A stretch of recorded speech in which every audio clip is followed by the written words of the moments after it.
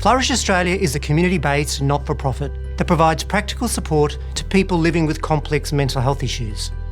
Our commitment is to build communities where mental health and wellbeing thrives. As part of this commitment, we are excited to introduce our social citizenship framework, a transformative approach that ensures people we support can live fulfilling lives in the communities of their choice. At its core, social citizenship champions human rights and social justice, where everyone has the right to be respected and treated with dignity at all times. It has a strong focus on building people's capacity, building their confidence and celebrating their diversity. It promotes equitable opportunities for people's social, cultural and emotional well-being. Like peer work, social citizenship is about mutuality. It's about everyone playing their part in the community and being supported and enabled to do so. It's about all people working together to open up equitable opportunities for people to live contributing lives in their community. As part of family, friendships, with kin, in workplaces, learning environments, social clubs and neighbourhoods, at all stages of their recovery journey. When people have a role in their community, they really start to see their value. It's not just about getting support, it's about empowering people to feel that they can show up and be an active participant in their lives and in the lives of those around them. I've seen firsthand how being part of something bigger can completely change someone's outlook. When people feel like they have something to give, they believe in themselves. Everyone deserves to feel like that, to feel like they matter. Having a mental health condition can make it difficult for others to understand the struggles many of us face. Having people around you who know firsthand what it's like and can offer understanding along with advice makes an amazing difference. While mental health recovery will remain our core focus, we look forward to our future with social citizenship. To learn more about this exciting new initiative, you can read the full social citizenship framework on our website. Together, we can build communities where everyone has the opportunity to thrive.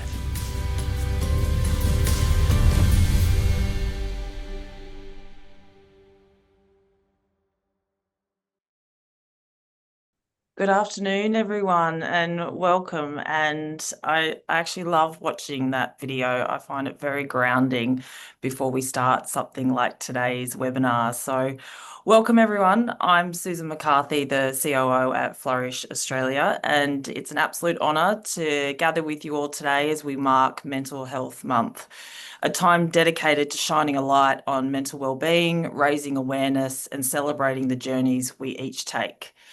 This year's theme, which is about taking steps on your wellbeing journey, is a real opportunity for reflection, progress and resilience, and reminding ourselves that wellbeing is not a destination, but definitely a journey. Every step we take, no matter how small, really does matter. It's a journey that's unique for every individual and at times sometimes very challenging, sometimes uplifting, but always worthy of respect and support. At the heart of this journey is the courage to reach out and talk about your experiences. Seeking support is a strength. And today, let's really encourage each other and those in our lives to ask for support when needed. Together, we can create environments that are very safe and inclusive and supportive, where everyone feels empowered to share their experiences without fear or judgment.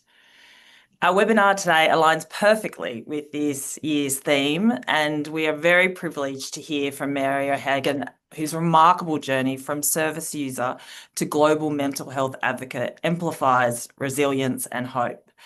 Mary's lived experience is a powerful reminder of how reflection and progress can lead to lasting change, not just for individuals, but for communities and systems as well. As Flourish Australia celebrates 70 years of person-led, recovery-focused support, we honour all of those who have walked this path before us, those walking it now, and those who will follow. Our history is rich with stories of courage and transformation, and fortunately in my role, I get to hear these stories every day. Stories that have shaped a more compassionate, person-led approach to mental health care. So let us all reaffirm our commitment to inclusion, empowerment, and hope. I know that's why many of you are here today, because we can build a future where every journey is valued, every voice is heard, and no one walks alone. So thank you so much for being part of this conversation and for supporting mental health and wellbeing in your communities. So just before we get into the chat with Mary, I've got a couple of other great leaders in this space who are also immensely dedicated to the theme of this month and provide support in leadership in this area. Firstly, I'd like to introduce Binawee Bales, who's going to do the Welcome to Country. Binawee is a proud Koori woman born on Gadigal country in Redfern, New South Wales, with deep connections to her father's country in Queensland. She descends from the Aurora, Wonnaroo and Bundjalung nations of New South Wales and the Gunjaloo, Birri-Guba and Woolly Woolly nations of Queensland.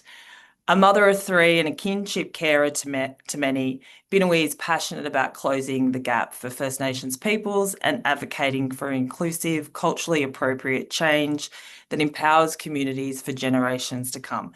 And I personally have had the ability to talk to Binawee about this and know how passionate she is. But I'll hand over to you now, Binawee, to do the Welcome to Country.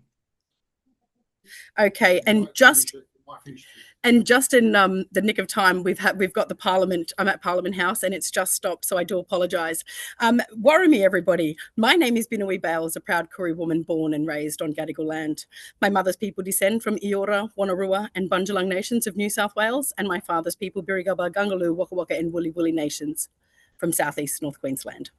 I'm here today with the blessing of my elders, and I'm representing the Aboriginal communities of New South Wales and Queensland, where I come from.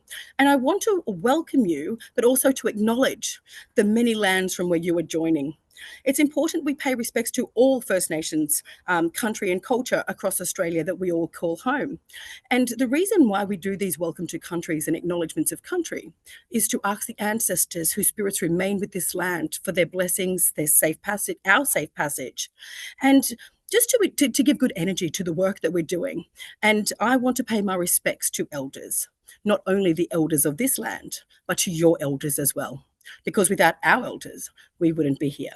So I want to say, Wangari Warami, hello and welcome. Wangari Gamarada, welcome, my friends. I want to share with you that this welcome/acknowledgement of country, it is an invitation to walk with First Nations peoples, not only in the spirit of reconciliation, but in the spirit of keeping this ancient culture alive and this country strong. So together, we thrive as one people who share this place, and let us walk side by side into the future, caring for country and caring for each other. In language, we say Gidirigoa, which means thank you, and Yanu Yanu, see you again. Thanks for the invitation to provide your welcome/acknowledgement today. Thanks so much, Binawee. We really appreciate your time. I know you're juggling it as you're on the move now. So thank you so much. Yeah, we really, really value it. So next I'd like to introduce Lisa Gott to do the recognition of lived experience. Lisa is the Executive Director of Lived Experience Leadership at Flourish Australia and a nationally recognised leader in lived experience and peer workforce development. With 15 years experience in senior lived experience leadership roles, Lisa brings deep expertise in peer work, recovery, human rights and inclusion. And I'll now hand over to you, Lisa, to do the acknowledgement. Thank you, Susan. And also thank you, Binawee, for your welcome to country. Today I sit on the Gubbi Gubbi lands of the Moreton Bay region in Queensland, and I'd like to take this moment to recognise and honour those with lived experience of mental health challenges, substance use, suicidality, trauma and recovery. I also acknowledge their families, carers, kin and supporters. My lived experience with mental health challenges started 22 years ago. However, if I'm really honest with myself, I can see where it started in my teens, but with limited understanding of what I was experiencing. I learned to get on with it. It was at 24 I could no longer get on with it, and I became acutely unwell. The next few years is a period that changed my life forever. I needed to rediscover who I was on the other side of what felt like losing everything, including my mind. During this time, I discovered peer support. It helped me feel seen and it gave me hope. As I learned to live with my mental health challenges, I came across a role 15 years ago that required me to have a lived experience of mental illness and recovery. I was absolutely blown away that I could use the hardest time in my life to help others. And so my journey into this work began. With this in mind, in today's recognition, I would really like to acknowledge the courage and vulnerability it takes to share lived experience and the generosity of lived experience folk who do this in their work every single day to improve services, challenge the status quo, disrupt stigma and discrimination, and importantly, hold and foster hope for those who may not currently be able to do it for themselves. It is those who came before me that helped me believe in myself again, and today I honour the giants that walked before us. Mary, you are one of those, and I am so excited to hear from you today. And I honour all the lived experience who are here with us today and those, sadly, who are not. Thank you. Thanks so much, Lisa, and thanks for sharing some of your experience as well. I really, really appreciate it. So now I'd like to introduce the guest for today. Mary O'Hagan is an internationally recognised leader in mental health, known for pioneering work grounded in lived experience. After using mental health services in New Zealand for 8 years as a young woman, Mary dedicated her life to transforming how society and services respond to people experiencing mental distress. Mary initiated the service user movement in New Zealand and became the first chair of the World Network of Users and Survivors of Psychiatry. Her advocacy has extended globally through advisory roles with the United Nations and the World Health Organization. Mary served as the Mental Health Commissioner for New Zealand and continues to influence mental health reform as a speaker, consultant, and writer. Her expertise spans recovery, wellbeing, discrimination, user-led innovation, with work across the Netherlands, Britain, Canada, Australia, and New Zealand. Mary's work is deeply personal and powerful, transforming her own experiences into a compelling vision for mental health systems that respect, empower, and include those with lived experience. Thank you so much for joining us today, Mary. We really, really appreciate you taking the time to do this, and welcome. And I have a lot of questions for you. Yes, I know, and it's a pleasure to be here. So thanks for the invitation. So I just want to acknowledge a lot of people sent in questions before the session as well, which is fantastic. I will try my very best to get through a number of them, but I'll say now I can't do them all. We received so many. But if there's anyone online and they want to put an additional question in the chat, you can do that, and I'll keep an eye on that. And again, I'll try my very best to get to some of that, and apologies in advance if I don't. But firstly, Mary, look, many people on the call today, I think, know who you are, but it would be really great if you could share a little more about you, your experience, and what led you to being a sort of a leader and advocate for the voice of lived experience. Well, I've written a whole book about that, but I'll try and condense the story. So, look, I was born in the south of New Zealand. And I had a pretty standard functional upbringing. A lot of people who end up where I have, have very difficult childhoods. I didn't have that. But when I got a lot of depression as a teenager, and then when I was about 18, I really at my first year at university, I had. I suppose you'd call it a form of psychosis, I guess. And I ended up in the hospital and spent a long time in and out of hospitals. And the really terrible thing about that experience, I mean, trying to live with what was going on in my head was one thing. But actually living with the response from the services and the people around me was another thing altogether. And I remember walking into the hospital for the first time, and as I crossed that threshold, I went from being a sort of relatively promising young citizen to a psychiatric patient. And after that experience, during that experience, there was a kind of a stripping. So they took away my clothes, they took away my possessions, and they put them in a brown paper bag. And slowly over the next months and years, they kind of took away my dreams as well, and my credibility. I felt that I wasn't believed because I had a so-called mental illness, and I was told that I would, after a few years, that I had a chronic condition, I wouldn't recover, I'd need medication for the rest of my life. I probably wouldn't be able to work in the way that I had hoped to once. I wouldn't really have a career, and that I should think very carefully about having children because obviously I had shonky genes. And look, one of the biggest pleasures of my life has been proving them wrong on all those counts. I have a great deal of, I wish I could go back and talk to some of those people if they're still alive and tell them what really happened.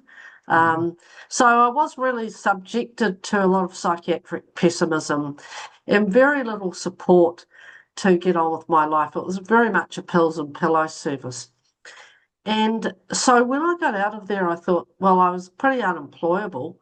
I had the sack from jobs because, I was a waitress in one job and they told me to smile more, but I was very depressed, so that didn't work out too well. So I thought, what am I going to do with my life? So I thought, oh, those people in the mental health system, they really need our help. They're not doing very well. So I went up to, I was living in a town called Dunedin, and I went to live in Auckland, and we set up a local peer support and advocacy network called Psychiatric Survivors. This was nearly 40 years ago now, and we had a wonderful time, really forming an identity that was different to the identity that was given to us in the mental health system. So we just flipped everything we'd been told, and it was great because when I think about peer workers who start today, they often go into a mainstream setting, and they don't have the same freedom to decide who they are and what their identity is and what they stand for, because they're already in a setting that has constraints, whereas we were completely independent of the system. There were no jobs in the system for people like me. There was no policy about consumer participation or anything like that. So we were complete pioneers, and there is an incredible freedom in that. Very different these days. So that's a little bit about me in my start. Yeah. Yeah, amazing. And I guess, like you're saying, right, when there's nothing there and you're able to actually create it as well, Yeah. have so much influence over, how it's going to form. Yeah. So on that note, as you know, Flourish has been supporting people for 70 years, and I know you just talked about, 40 years ago. So from your perspective, what do you think has been the most meaningful shift in how we support people today compared to decades ago? Well, I think the acute end of the system was terrible then, and it's terrible now. I think the hospital system is not a healing place for people, and it never was. In fact, in some ways, I think it might be a bit worse now because there's a much bigger risk management agenda going on than when I was using services. I think where the big progress has been made has been in the community services. So I had no access to community services. There were none. And so I think it's been a great change has been that, there are, there's the NDIS, for example, for some people, and although that's going through a few unpopular changes, but there's been that sort of growth of, especially after the hospitals closed, the big hospitals, the growth of community managed services. One of the things that I feel a bit sad about for Australia, and also to a degree for New Zealand, is that there are very few peer-led or peer-governed or peer-managed services in both our countries, and I think that's a shame. When you go to places like North America, you see a lot more of this happening, and I think they have something else to offer. Even though we have a growing peer workforce, it's within the mainstream setting. And while I think it's great to have peer workers in that setting, I think it would be fantastic if funders started commissioning peer-led organisations to run services. Yeah, absolutely. And like you said, there are a few, but certainly not enough. And I guess just picking up on, I think you've sort of touched on this a little bit around your hopes for lived experience, but what would you like to see happen today, and I guess more broadly into the future? So look, fundamentally, we talk about the lived experience workforce a lot, and that's really important. But the fundamental reason we're all sitting around this webinar here today is not for the lived experience workforce, but for the people who are currently using services or who want to use services and can't get into them, or are using services and can't get out of them. For people who are experiencing various forms or types of mental distress. Well, that's why we're here, is to support those people to move on with their lives and to have lives that are less stressed and distressed than the ones they're currently having.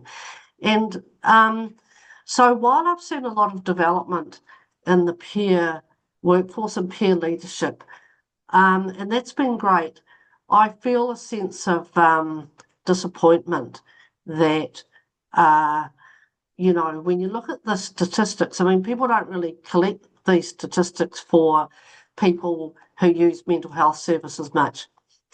But on the evidence we have, there doesn't seem to have been much change, for instance, in the employment rates of people who use mental health services.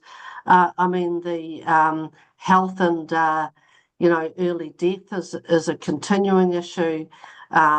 Social isolation. Do people have babies and do they keep them? And a lot of poverty and precarious housing or homelessness. We don't seem to be moving these statistics. Well, we don't even seem to be measuring them very consistently, but we don't seem to be moving them very well, and that's the ultimate reason we're here. So that is an area where I feel some sadness about that we haven't made more progress in. Do you think there's and I know there's probably multiple reasons, Mary, but do you think there's a reason why you feel like we haven't shifted the dial on some of those things, to your point that people are still coming to seek support who still have those issues that you just said? Look, I think one of the reasons, oh God, this takes a bit of unpacking. One of the reasons is that we have a clinically dominated system that is somewhat obsessed with getting rid of symptoms. And I've seen clinicians tell me that I remember visiting a service once, and the clinician said, "I want you to go and see this guy. He's a real success story. He was in and out of the hospitals, and now he's not. And he's given up the alcohol and everything like that." So I went to see him. The guy was miserable. He was living in a house on his own. He had nothing to do all day, and he's lost all his social contacts because he didn't go to the pub anymore because he stopped drinking. And I thought there was a real illustration of the fact that a clinical view of what success is really that, they're not showing any sort of, troublesome symptoms anymore, and they're keeping out of our way. When in fact, I think the focus needs to be on how do we recover our whole lives, because when you have, major mental distress like I had, the symptoms are least of your problems in some ways. It's have I got a house? Have I got a job? Have I got friends? Am I still getting on with my family and all that sort of thing? And so how do we take a more holistic view? This is the other problem, is that our systems, our government sectors and so on are very siloed, and they have enormous difficulty connecting up and working together. And mental health services say, well, we're not responsible for housing and employment, so they don't get too worked up about the horrible statistics with that. And so how do we get government systems to work together in a more holistic way is one of the enduring questions of my career, is that this seems to be an incredibly difficult thing to do. But without that working together, we're not, and with the continuing clinical dominance, I think it's going to be hard for those statistics to move.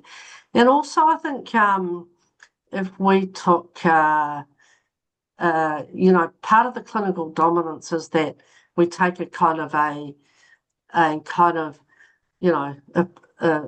view of people's lives that they're pieces of pathology, when they're, we're rather than seeing people as human rights holders. And if we saw people as human rights holders first, we might act with a bit more urgency about some of these awful outcomes, life and health outcomes that people have. Yeah, I think that's so well said. Trying to connect all those things together, right, so that you can actually deliver and support people more holistically, I think is so fundamentally. We see it, right, that there's all these combinations of issues that you're trying to address that involve so many different departments. Coming back to something you said earlier when we were talking about what you've seen had improved, and I know you talked about the lived experience workforce, but you mentioned how you didn't feel like the hospital settings are necessarily better, maybe somewhat even worse. Do you think that what could be done to make that better, or what's an alternative pathway so you don't go there in the first place? Oh, I've thought a lot about this. Look, and I don't want to bash on clinicians or people who work in these places, because they've been put into a system where they have to do certain things, or they think they have to do certain things, and it's very difficult. So I don't want to do that at all. But I do think that we need many more community-based alternatives to hospitals. We've got a peer-led one being set up in Victoria at the moment. And the other big thing is, I always feel it's a shame that mental health was in the health sector. I think if back in the day, 200 years ago, well, I suppose there was a social services sector of sorts back then, I think we would have been better off in the social services sector, because I think we look at everything through a health lens. We think, oh, someone's sick, they're really sick, we'll put them into a hospital. I don't think a hospital is a great place for someone who's got kind of mental distress. Well, it's not a great place for anyone, really. I mean, who goes to a hospital for fun? So I think that's the issue, is that we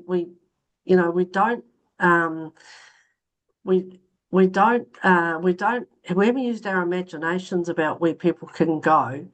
The other thing about the hospital, of course, is that it's the risk management that is so corrosive to humane practice.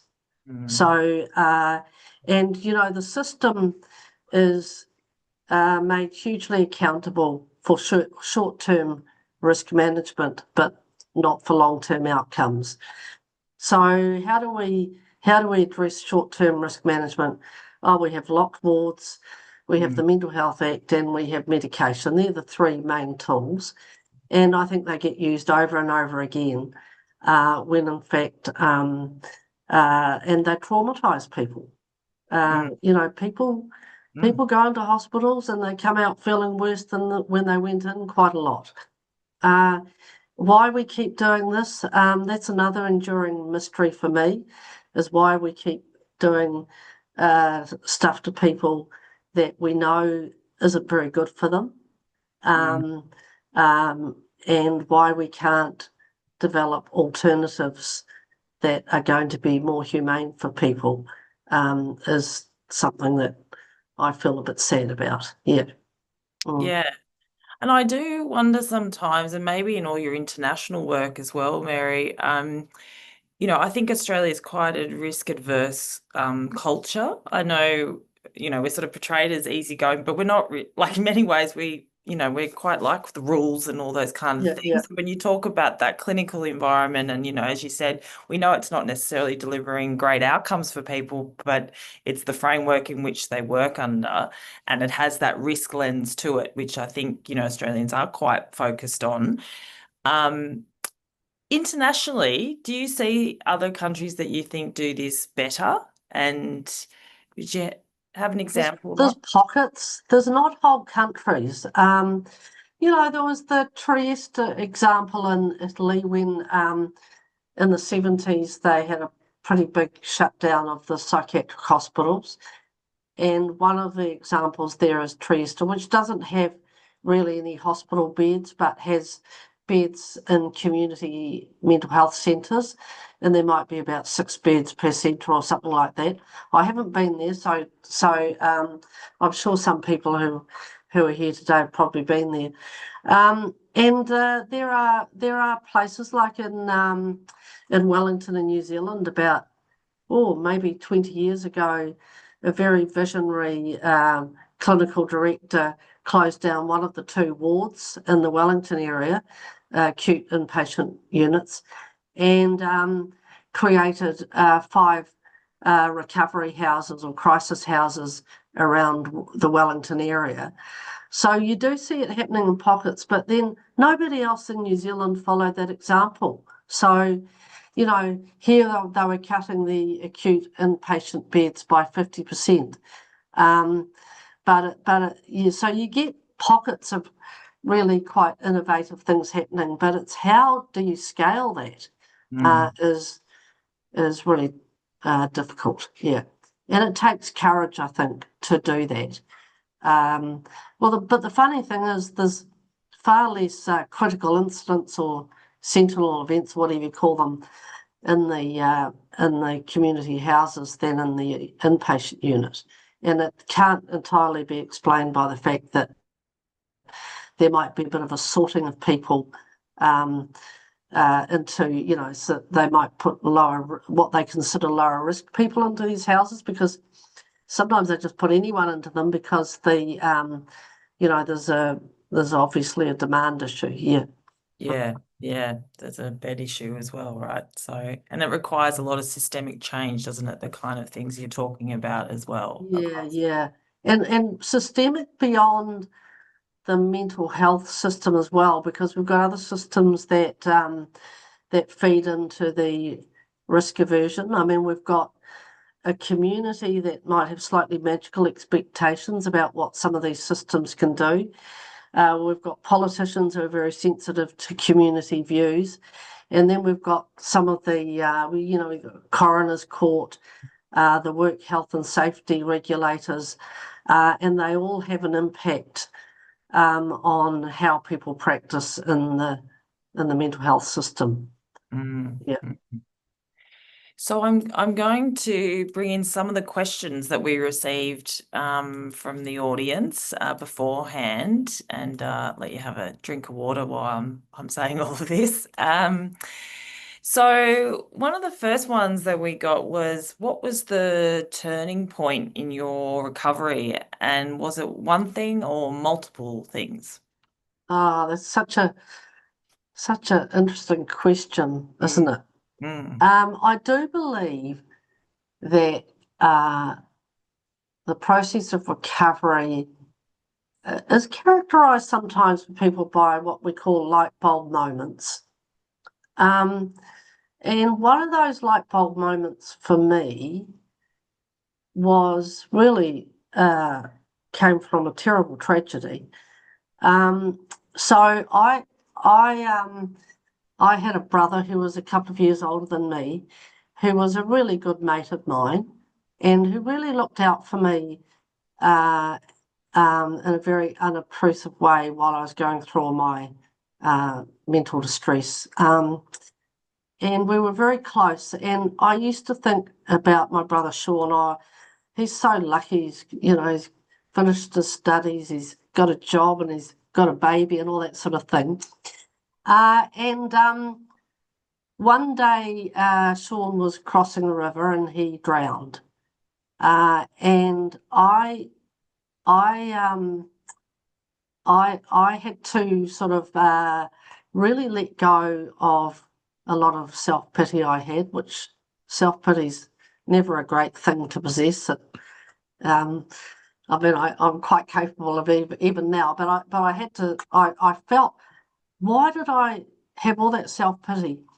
I might have 50 or 60 years of life ahead of me, and he's got nothing. And so that really helped me to orient my thinking to feeling that I was in a lucky space rather than an unfortunate one. Even though I was absolutely devastated by his death, in a way it really helped me to see through that self-pity. So that was one major light bulb moment. I remember thinking too that drinking lots of alcohol when I was feeling distressed, I had a light bulb moment about that. So that helped me get rid of that particular impediment. And so I had a lot of light bulb moments, but I don't know if there was one turning point. I think I find it a mysterious process, recovery. I don't really understand it. I don't fully understand why I got into the situation I did, and I really don't fully understand what happened, why I experienced a recovery that was pretty sustained. And so I think there is an element of mystery about it. But I think the big thing for me was probably trying to maintain hope, which is very hard sometimes, and being tenacious and experimental in what's going to work. And I remember I used to, when I was in the thick of it, I thought if I can get up and make my bed, and get dressed, I'm doing okay, So it's about setting small tasks when things are really bad too, and not overstretching yourself. Yeah, I think that's really sound advice. Oh, I'm really sorry to hear about your brother Sean as well. So it's Yeah, well, it was a long time ago now, but it's amazing how these experiences, and we all have some experience or another in life like this, how they echo down the decades. Yeah. Yeah, they never leave you, right? And something you think about and the impact it has on you, and like you said, there's so many different turning points and points in a life that can influence recovery. And yeah. and I think as you would hear too, right? The people that we support often say to us, hope is like that the foundation, like you have to have that to be able to do some of the other things, to be able to, like you said, get up in the morning and make your bed. Yeah. So But I think surrounding ourselves with people who believe in us. yeah. I was very lucky. I had a family that, they're pretty worried about me, but they believed in me. And I think finding people who believe in us is really important. Yeah. Definitely. Yeah. Makes such a huge difference. So the next one, and so the question's a little long, but it's I think definitely worth asking. So after decades of advocacy that has seen the lived experience perspective move from the margins to the executive level of government and major organisations, What is the single most persistent and systemic barrier you still face in ensuring that lived experience leadership truly translates into transformative, demedicalised, and human rights-based changes in service delivery in society? Well, oh, that's a big question, isn't it? It is, yes. Yeah. I did say there was quite long. There was So, what are the barriers? When what I've come to understand more recently, and in recent years, is I used to think the barriers were people, the people who run the system who don't understand, they might be prejudiced, they might have limited vision or lack of courage and imagination, they might have vested interests, or they might not care too much about what people's lived experience think. Now, that all exists, of course, but I think the biggest barrier is what I call precedent.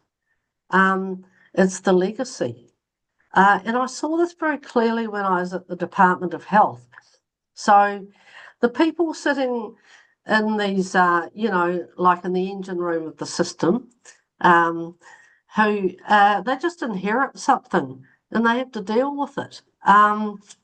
And so we have a 200-year legacy.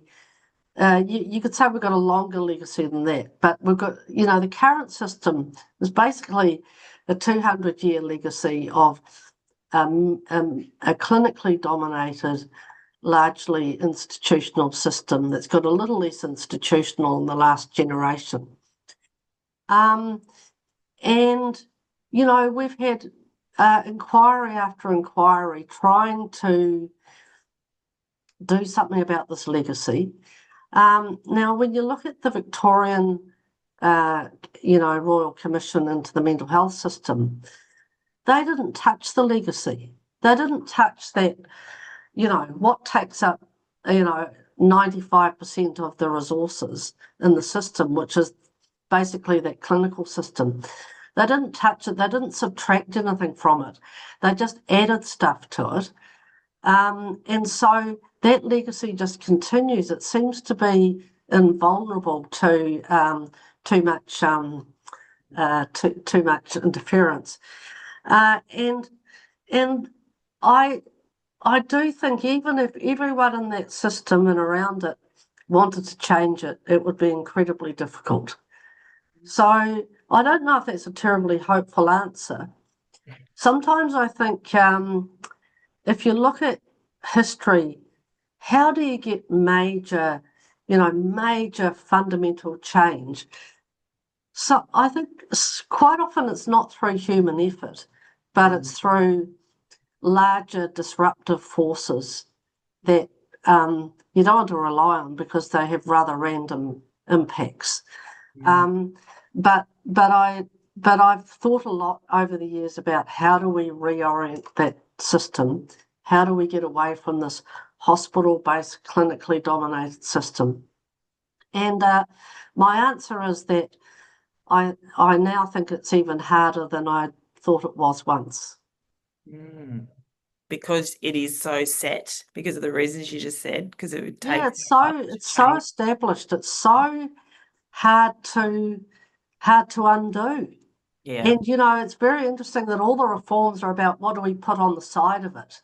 They're not really about how do we dismantle and start again. And I can see that would be politically risky in all sorts of other ways too. Yeah. Yeah. That probably leads nicely into the next question, which is someone has asked, would love to hear whether you're feeling optimistic or pessimistic about the future of lived experience leadership in Australia. Well, look, I feel optimistic about that. I think that's one area where there's been pretty substantial change. So I feel optimistic about it. That's sitting in a system that I don't feel so optimistic about. But I do think We're really on a roll in Australia with lived experience leadership. Now, you know, and look, honestly, compared to when I started this, we wouldn't have imagined that there would be directors and people on governance boards and, you know, managers and all that sort of thing. We weren't even, you know, it just wouldn't have entered our imagination. So I think there's been huge progress about that. I think there are a lot of difficulties as well. How do we do this? You know, it's quite complex. How do we operate in these systems? And you know, how are we most effective in them? You know, and you know, I think a lot about peer workers, and you know, and I do think that we need to get a lot stronger about our values. Now, I grew up through a movement, so you know, I'm fairly clear about that sort of thing. I did the job of who am I and what's my identity in a very free space. But I think we have a lot of work to do as a whole system, but as lived experience leaders, to ensure that the peer workforce and the lived experience workforce have a solid foundation to work from. And I think, you know, sometimes we employ people who've got no experience, they've got their own lived experience, but they don't have anything else. We put them into systems, especially in clinical systems, where there's an incredibly strong pull to think about the world in a particular way, and they can get caught up in that pull and experience what we call peer drift. So we've got a lot of work to do to create our unique values-based space within those systems. Yep. I don't think we're quite there yet. That just ties in nicely with a question that was put in the Q&A, which was around sort of what led you to have the concept of peer work movement, as I've said in the chat back in the day, and then obviously got going on to establish other frameworks, but sort of what led to that initial concept of it? Of peer work? Yeah. Well, we didn't even call it peer work. So the first experience I had of peer support that I remember was in the ladies' dormitory at night. And there was a woman who used to cry a lot at night, and the nurses were down in the lounge doing their knitting or whatever they did, and they weren't particularly interested in supporting, you know, I mean, they had a particular view. So we used to get together with this woman and support her, and we used to sit in the lounge and support each other during the day, and nobody called it peer support, but that's actually where peer support originated. Was in those spaces where we were kind of confined in a really bad way, and we reached out to each other. And I used to say there was an inverted hierarchy of helpfulness. The people I was in the hospital with were the best. The cleaners were pretty good. The nurses were sometimes okay, and I didn't get much from the psychiatrist. So that's where it comes from. It's a very natural human relationship, I think. And so we continued that when we started Psychiatric Survivors. We had no training. We just helped each other out. There was no Cert 4 or anything like that. There was no concept of peer support. We just knew that we needed to support each other. So what's happened over the last 40 years is that all this has become a profession within the mental health sector that has to get more formalised, and there has to be training developed, there has to be sort of frameworks and all those sorts of things, professional associations, and all the stuff that goes with an occupational group. Now, some people argue that it's you lose a lot through that, and I get that argument, but I do think that we gain more than we lose by having peer, this more formalised peer support work within our services. Yeah, yeah. It lifts the profession, right, in terms of being a recognised profession and career to go into with proper supports and structures around it. Yeah. And actually it's all about, I would love to see a mental health system where everyone who goes into that system has access to a peer worker. I mean, I think that should be our ambition. Yeah. So slightly different question now, which is around stigma. So the person asked, do you believe that stigma, however reduced, will always make it necessary for people to refrain from disclosing mental illness to prevent judgment and discrimination? I actually think one of the things that's changed in the last 40 years I think it's got better. I think the stigma's got better. Now, I think particularly in the kind of, the area of the spectrum where people experience what they might call depression or anxiety, I think it's got hugely better. And in fact, when I think of my children's generation, it's sort of, God, it's almost fashionable. I'm not. I don't want to trivialize it, but they're very comfortable talking about. No, I don't know if that's all cohorts of people in their 20s and 30s, but certainly I've noticed a big difference. My approach to this, and this takes confidence. My approach to this is just to assume that everyone's okay about it and just talk about it. One of the things that, now I'm not saying that's always going to be successful or that there isn't going to be some fallout for people. So, but one of the things is that if we're comfortable in our own skin about who we are, we're going to it's going to help other people be comfortable. Now, I'm not saying that's not foolproof. I'm not saying that's always going to work, but that's always been the approach I take. And of course, I've always been out about my lived experience from day one. So it's a very different experience for me than for someone who is new to this work and has had some nasty experiences. Yeah. And like you said, you can do that, right? You can't necessarily know what you're going to get back.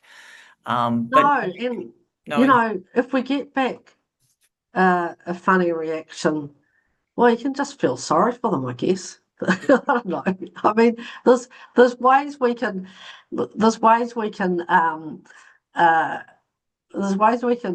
construct or interpret what people's responses are that don't diminish us, but actually puts the problem back onto them. Yeah.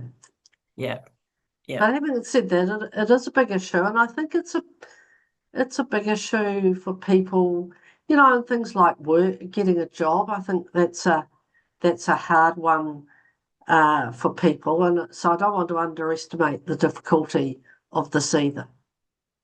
Yes, because there is still preconceived ideas about those things, right? Yeah.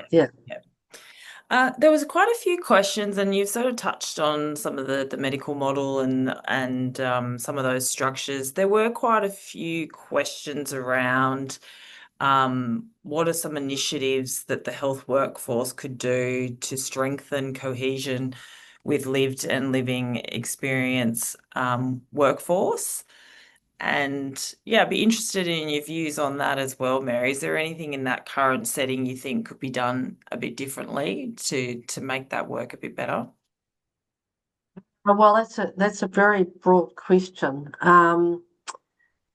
Look, I think there's a bit of prejudice in the clinical area in particular. Now, I know people who, you know, there's some weird rules going on inside the clinical system. The fact that you have to see a clinician before you can get to see a peer worker, I mean, that's bizarre. And so I know someone who was working in the clinical system, and she had to go around almost advertising herself to clinicians to say, I'm here, I'm doing peer work for older people. Can you refer them to me, please? And a lot of them didn't value peer work, they didn't understand it.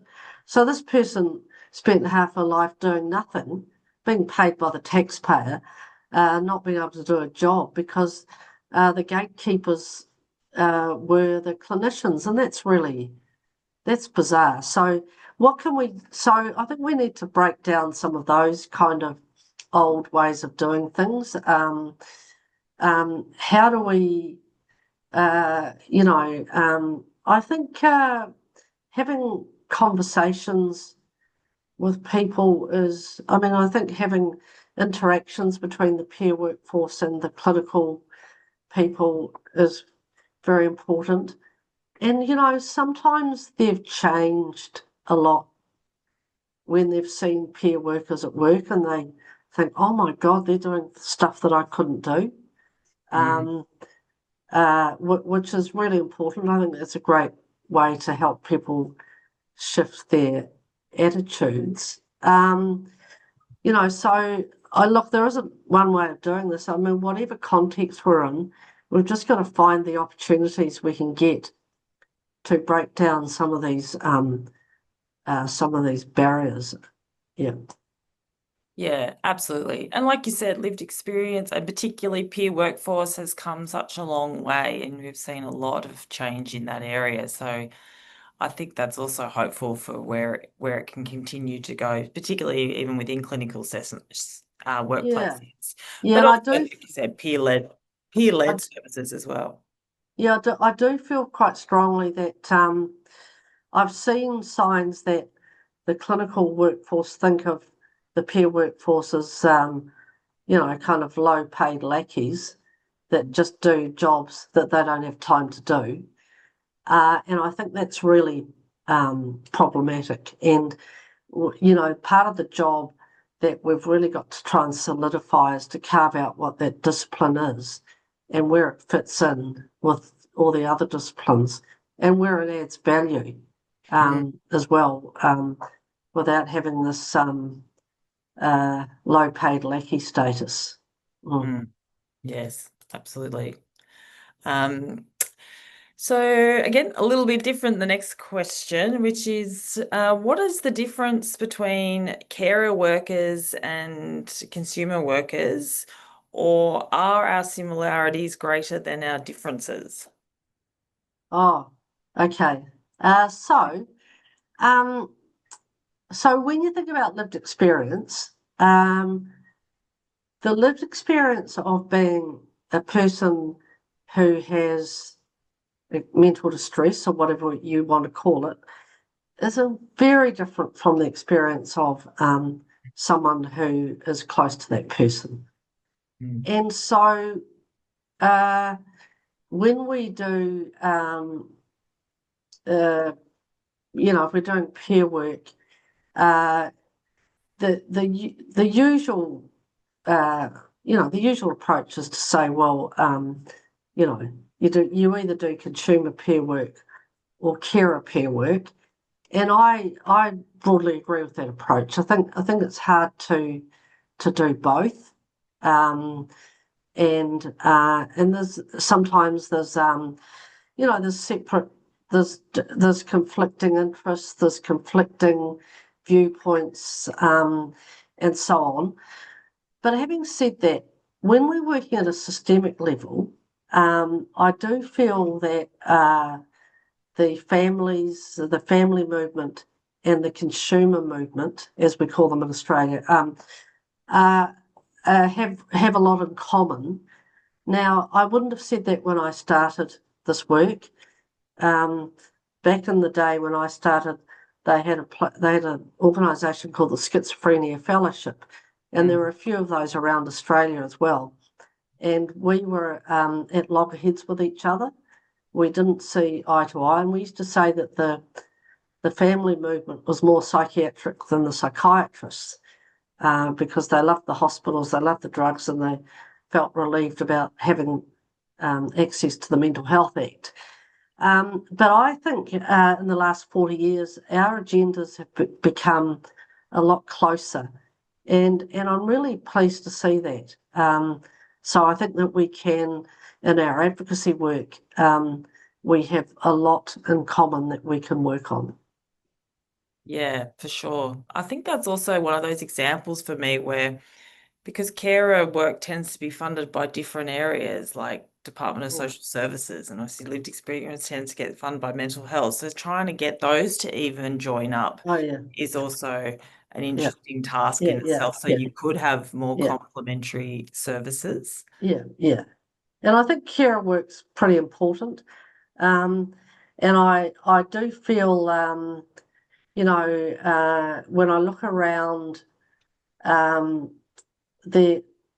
I think there's more development needed in that area. I think the consumer workforce is probably further ahead, and I think there's a bit of catch up we need to do with the carer workforce. Yeah, great. So now this might be, I think, yes, probably the last question, Mary. I know you've been answering a lot, and I think there might be one in the Q&A. I'll have a look. But what brings you the greatest joy? Look, I think what brings me the greatest joy is seeing people recover, whatever that means to them. But seeing people who have been in a really tough spot with their, their mental distress, be able to move beyond that spot and to regain a life that they think is worth living. That to me is, that's gold, and that's, even though I'm a long way from that sometimes, when you get into these leadership roles, as you know, you're kind of a long way from the action, but that's where the action really is, and that's where we need to keep focusing on. Yeah, absolutely. And it's so empowering and it's so motivating as well, right? Just whatever it means, you said, for someone to, on their recovery journey, to be part of, to support that is fantastic. Yeah. I think that's probably all we have time for. I'm apologies to anyone if I've missed. I know I missed some of even the pre-questions coming in. I know they wanted to ask you so much. So I tried to combine a few of them, but it was really fantastic to hear your experiences and your opinion on all of these topics, Mary. I know they're big topics to try and solve too, some of them, right? Like you said, systemic change across many areas, but also some things to really be optimistic about too, and to acknowledge that some areas have come a long way, particularly in the workforce and lived experience. So I think there's a lot for us to keep doing. And there is. There certainly is. Yeah. Yeah, but thank you so much for your time today, and thank you to everyone who joined and who asked all the questions. It was fantastic and such an important month to do it too. So thanks, Mary. Thanks again. It's a pleasure.